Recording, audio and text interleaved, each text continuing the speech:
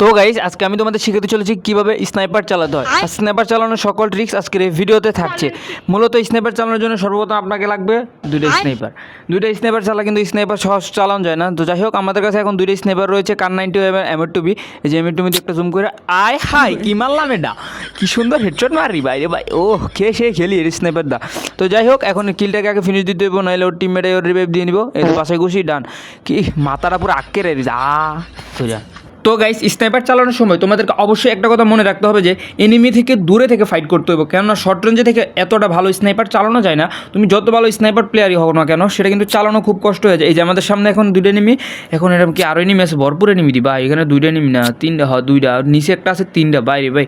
এখন এখান থেকে আমরা লং রেঞ্জে থেকে কিন্তু ফাইট করতেছি, তোমরা দেখতে পারছো যে নিচেও এনিমি আছে। এখন নিচেরটাকে হালকা ড্যামেজ দিতে আর চেষ্টা করতে হবে, নিচেরটা ড্যামেজ দেওয়ার মেন কত হয়েছে। এখন একটু জুম করে, আরে ভাই নিচেরটারে কি অত্যাচারটা হচ্ছে, আরে ভাই গাড়ি লেবে গিয়ে দিতেছে খারাপের ভাই, আরে খারাপ গাড়ি লেবাকিস না। এই যে ওর ধাক্কা দিয়ে দিছি, এখন যদি একটা মাত্রারি নক করে দেবো। এই যে একটা মারছি, আরে এই তো একটা নক করে দিছি। স্নাইপার চালাইতেছি আমি তো, আরে বাবা কি ভালো আমার শট মারি ভাই, কিলো, আরে ভাই কিলো হয়ে গেছে গা ভাই, এমনি মারতাছি না, এমনি কিলো দিতেছে গা। খারাপের খারাপ। এই যে একটা বয়স, এই যে আরেকটা নক, এই কিলটা আমার লইতে হইব যেমনি হোক, এটা যেমনি ফিনিশ দিতে হইব ভাই। গুলি লাগ, আরে ভাই গুলি লার, বেরিয়েছে। আরে ভাই ঠিক আছে, কিলটা লয়ে লিছি।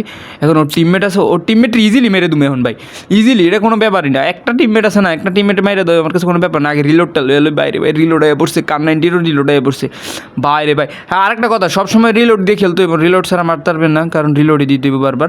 তো এখন আমাদের কাছে ভরপুর লুট আছে, এই যে একটা 61 ড্যামেজ। আরে ভাই এত কম ড্যামেজ খাই কে ভাই, একটা গাড়ি ফুটাই দিছি।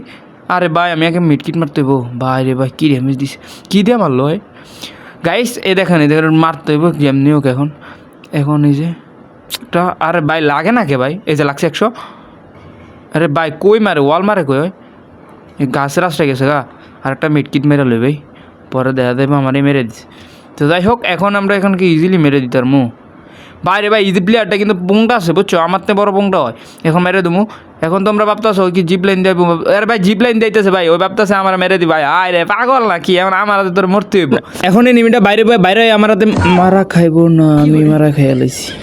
তো গাইস, আমরা প্রথম ম্যাচ অনেক ভালো খেলার পর আমরা এখন চলে আসছি সেকেন্ড ম্যাচে আসার পরে দেখি এখানে দুই ভাই জায়গা জমিলে ঝগড়া করতেছে। এখন আমরা থার্ড পার্টি কইরা একটা কানের নিচে বয়াই দিছি, ওহ কানটা মনে ছিঁড়ে গেছে গো।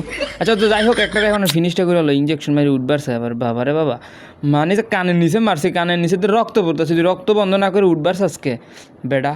গাইস, যখনই আমরা এখান থেকে চলে যেতেছিলাম তখনই আমাদের ওর বড় ভাইটাকে বলে কি কিরে আমার ছোটো ভাইয়ের কানের নিচে মেরে মারছসকে। আমি এখন কই দাঁড়া, তোরও বাজাইতেছি। এখন ওরও একটা দিতে হবে কানের নিচে, নাইলেও কিন্তু ঠান্ডা হইতেছে না, আমার ডিস্টার্ব করছে। এই যে কানের নিচে দিয়ে দিছি, বরাবর কানের নিচে লাগছে। এখন রক্তক্ষণ নেব কতক্ষণ, তারপরে মরে যাবে অটো। এই যে অটো মরে গেছে, এগুলো স্বাভাবিক বিষয়।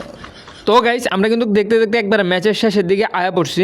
এখন আমাদের কিন্তু কিল করছে অনেকগুলা, কয়টা দুইটা দিয়ে, হ্যাঁ ছি।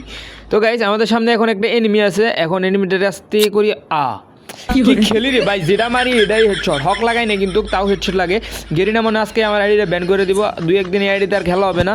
তো বাই এই আইডিতে বাই দেখে মাথা পুরো করে থাই দিই। গাইস, তোমরা যদি এনিমি দিকে লক্ষ্য করো, আর মাত্র 5টা এনিমি বাইচে রয়েছে, এর ভিতরে আমি একটা, মানে 4টা এনিমি বাইচে রয়েছে, মানে 2টা ডু বাইচে রয়েছে। এখন আপনারা অনেক হয়তো বা ভাবাও শুরু করছেন যে সাজ্জাদুল গেমিং তো প্রত্যেক ভিডিওতে লাস্টের দিকে এসে মরে যায়, এবারে হয়তো বা মরে দেবো, এমন কিছুই হবে না এই ভিডিওতে। এই ম্যাচে আমি 4টা এনিমি বুইয়া করবো, নক করে দিছি, পারবো না, বুঝে করতে পারবো না। শালার কি কইতে চাইছিলাম আর কি হয়ে গেল বাইরে ভাই।